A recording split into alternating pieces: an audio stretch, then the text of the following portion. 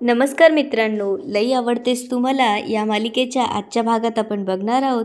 विभा तिच्या बॅगमधून एक पुस्तक काढून सानिकाला देते. आपण प्रेमात आहोत की नाही हे कसं ओळखावं? सानिका हातात घेऊन बघू लागते. सानिकाच्याच मागे सरकार उभा असतो. विभा सानिकाचा हात धरून तिला सरकारकडे वळवते. सरकार आणि सानिका एकमेकांकडे पाहू लागतात. सानिकाला लाज वाटते आणि सानिका पटकन तोंड फिरवून विभासोबत तिथून जाते. सरकारही गाडीवर बसून तिथून जातो. इकडे सई गुलाबाचं फूल हातात घेऊन सरकारच्या फोटोसमोर बसलेली असते आणि एक एक पाकळी तोडून सरकारचं माझ्यावर प्रेम आहे, सरकारचं माझ्यावर प्रेम नाही असं बोलत असते. तेवढ्यात सईची आई तिथे येते आणि विचारू लागते, अगं हे सगळं काय आहे? त्यावर सई म्हणते काही नाही. त्यावर सईची आई म्हणते, तुला त्या बाबांनी सांगितलं का हे सगळं करायला? त्यावर सई म्हणते नाही. त्यावर सईची आई म्हणते, सरकारसाठी चाललंय ना हे सगळं? पुढे ती म्हणू लागते, तुला किती वेळा सांगितलं त्या सरकारचा नाद सोड म्हणून. त्याच्या नादात तू एक दिवस गोत्यात येशील. त्याच्यासाठी चोरी केलीस. पैसे गेले तर गेले आणि पोलिसात जायची बी भीती वाटते. त्यात सरकार बी आला नाही. त्यावर सई म्हणते, त्याला काय होतंय? माझं सरकारवर प्रेम आहे. मला माहिती तो येईलच. सई रागात बाहेर येते आणि म्हणू लागते, एकदा सरकारचं माझं लग्न झालं ना ती यांचे तोंड बंद होतील. मला 100% खात्री आहे की सरकार माझाच होणार. तेवढ्यात सरकार आणि बाबू समोर येतात. सरकारला पाहून सई त्याच्याकडे पळत जाते. सरकार मात्र सईला दूर करतो. तेवढ्यात सरकारची आई म्हणजे कमळ तिथे पळत येते. सरकार आईला पाहून तिच्या जवळ जातो आणि सरकार त्याच्या आईला जवळ घेतो. सरकारच्या आईला खूप आनंद झालेला असतो. ती त्याला विचारू लागते, तू कसा आहेस? त्यावर सरकार म्हणतो, कसा दिसतोय मी? पुढे सरकार त्याच्या आईला विचारतो, तू कशी आहेस? त्यावर कमळ म्हणते, मी बरी आहे, चल घरात चल. त्यावर सरकार नाही म्हणतो, एक अर्जंट काम सोडून आलोय, मला लगेच जावं लागेल. आणि खिशातून पैसे काढून त्याच्या आईजवळ देऊन म्हणतो, हे पैसे आणले होते आणि आप्पासनी पण सांग. त्यावर कमळ म्हणते, तूच सांग की. सरकारच्या मागे आप्पा उभे असतात. सरकार मागे वळून बघतो आणि आप्पांकडे जातो. तो आप्पांना म्हणतो, हे पैसे आणले. त्यावर आप्पा म्हणतात, हे पैसे? त्यावर सरकार म्हणतो, मी जिथे काम करायला गेलोय ना तिथे त्यांनी मला ॲडव्हान्स दिला. पुढे तो म्हणू लागतो, काळजी करू नका आप्पा, तुमची मान खाली जाईल अशी मी कुठलीच चुकीची गोष्ट करणार नाही. हे पैसे घ्या आणि तुमच्या नावावरचा जो कलंक आहे तो पुसून टाका. आप्पांच्या डोळ्यात पाणी येतं आणि ते सरकारकडे बघून विचार करू लागतात, मी याला काय समजत होतो? याच्यावर संशय घेत होतो. सरकार आप्पांच्या पाया पडायला लागतो. आप्पा बाजूला होतात आणि चप्पल काढून समोर उभे राहतात. सरकार आप्पांच्या पाया पडतो आणि निघायला लागतो. तेवढ्यात आप्पा सरकारचा हात धरून त्याला मिठी मारतात. दोघंही एकमेकांच्या गळ्यात पडून रडू लागतात. सरकार मला काम आहे असं म्हणून तिथून जायला निघतो. तेवढ्यात आप्पा त्याला थांबवून जेवण करून जा असं म्हणतात. सरकारची आई सरकारला घरात ये असं म्हणून तिथून निघून जाते. तेवढ्यात सरकार बाबूजवळ येऊन चल जेवायला म्हणू लागतो. बाबू नाही म्हणतो. त्यावर सरकार म्हणतो, शहाणा झालायस का? त्यावर बाबू म्हणतो, अरे तू आप्पा के साथ खाना खाने वाला है, फॅमिली वाला मोमेंट है, जा तू.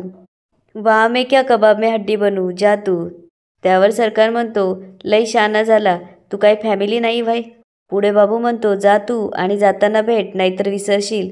त्यावर सरकार म्हणतो, तुमचे तोंड पाहायची इच्छा नसली ना तरी पण पाहावंच लागणार आहे आणि कपडे बदलायला यावंच लागणार आहे तुझ्याकडे. सरकार घरात येतो. सगळेजण जेवायला बसतात. सरकारची आई वाढू लागते. सईला खूप आनंद झालेला असतो. ती पाण्याचा ग्लास भरून सरकारला देते पण सरकार तिच्याकडे लक्ष देत नाही. पुढे तो म्हणतो, माझ्या आवडीची भाजी केली आहे. त्यावर आप्पा हसून म्हणतात, अरे मग तू गेल्यापासनं रोज इथे तुझ्या आवडीचीच भाजी होते. पुढे आप्पा त्याला विचारू लागतात, काम कसं चालू आहे तुझं? त्यावर सरकार म्हणतो, काम मस्त चालू आहे, ट्रेनिंग पण असं म्हणून सरकार थांबतो. आप्पा त्याच्याकडे बघू लागतात. पुढे तो म्हणतो, ट्रेकिंगला लोक येतात ना, खूप गर्दी असते मंदिरात. सरकारची आई सरकारला म्हणते, चल आता शांतपणे पोटभर खाऊन घे. सई सरकारकडे बघत असते. सरकार मात्र सईशी शब्दही बोलत नाही. त्यामुळे सई नाराज होते. इकडे सानिका विभाच्या घरातून बाहेर रागात निघते आणि विभा तिला थांबवू लागते. सानिका म्हणते, तू जर या पुस्तकावरनं मला सारखं चिडवणार असशील तर मी नाही थांबत. त्यावर विभा म्हणू लागते, अगं सानू, माझं चिडवणं सोड, पण या पुस्तकात लिहिल्याप्रमाणे तू खरंच राजाच्या प्रेमात आहे हेच सिद्ध होतं. त्यावर सानिका म्हणते, बाई मला काही सिद्धबिद्ध करायचं नाही आहे. पुढे ती म्हणते, पण राजा अजून आला नाही आहे, किती वेळ झाला. त्यावर विभा म्हणू लागते, प्रियकर आपल्यापासून क्षणभरही दूर झाला तरी आपल्या मनाला हुरहुर लागते. त्यावर सानिका विभाकडे बघू लागते. त्यावर विभा म्हणते, अगं मी माझं मनाचं सांगत नाही आहे, या पुस्तकात लिहिलंय तसं. चला, एक मुद्दा तर मॅच झाला. इकडे सगळ्यांचे जेवणं झाल्यावर आप्पा कमळजवळ येऊन तिला विचारू लागतात, कमळ, माझं काही चुकलं आहे का. त्यावर ती म्हणते, नाही, पण तुम्हाला असं का वाटतंय तुमचं काही चुकलं असेल. त्यावर आप्पा म्हणतो, नाही, मगासपासनं बघतोय माझ्याशी काही बोलणं झाली असतो. इकडे विभा आणि सानिका बसलेली असते. विभा अचानक राजा आला असं म्हणून ओरडते. तेवढ्यात सानिका इकडे तिकडे बघू लागते आणि विचारते, कुठे. त्यावर विभा हसू लागते आणि म्हणते, अगं मी या पुस्तकात लिहिल्याप्रमाणे जर प्रियकराचं नाव घेतलं तर चेहरा खुलतो हे टेस्ट करत होते. त्यावर सानिका म्हणू लागते, विभे, आता मार खाशील, काय सारखं सारखं लावलंय. अगं असं पुस्तकात वाचून थोडी कळतं आपण प्रेमात आहे. पुढे सानिका म्हणू लागते, प्रेमात पडलं ना की आपोआपच समजतं. त्या माणसाची आपल्याला काळजी वाटू लागते. सारखं सारखं त्याच्यासाठी काहीतरी करावं असं वाटतं. आपण सारखं सारखं त्याचं नाव घेत असतो आणि त्याला आवडणाऱ्या गोष्टी आपल्यालाही आवडू लागतात. त्यावर विभा म्हणू लागते, त्याला खरडा भाकरी आवडते. त्यावर सानिका म्हणते, मला बी लय आवडती बघ. त्यावर विभा म्हणते, या पुस्तकाच्या शेवटी काय लिहिलंय बघ. या पुस्तकातल्या जर 80% गोष्टी मॅच झाल्या तर समजायचं तुम्ही प्रेमात आहात. त्यावर सानिका तिला विचारू लागते, माझ्या किती. आणि सानिका थांबते. त्यावर विभा हसून म्हणते, तुझ्या 100च्या 100% गोष्टी मॅच झालाय बघ. पुढे विभा वाचू लागते, तुम्ही ज्या प्रियकराच्या शोधात होतात तो तुम्हाला मिळाला आहे आणि तुम्ही प्रेमात आहात. कळत न कळत तुमच्या मनातल्या गोष्टी तुम्ही खूप वेळा सांगून गेलायत. तरीही वेळ न दवडता तुम्ही तुमच्या मनातल्या गोष्टी त्याला सांगा. त्यावर सानिका म्हणू लागते, माझ्या संग बी हे सगळं झालंय म्हणजे मी.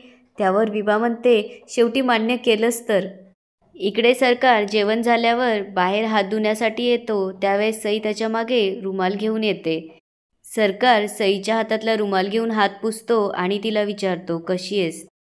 त्यावर सई म्हणते, अजून तर जिवंतच आहे. आता सांगणार आहे का काय झालं, की माझा जीव जाईपर्यंत असाच वागणार आहेस. त्यावर सरकार म्हणतो, सई असं का बोलतेस ग.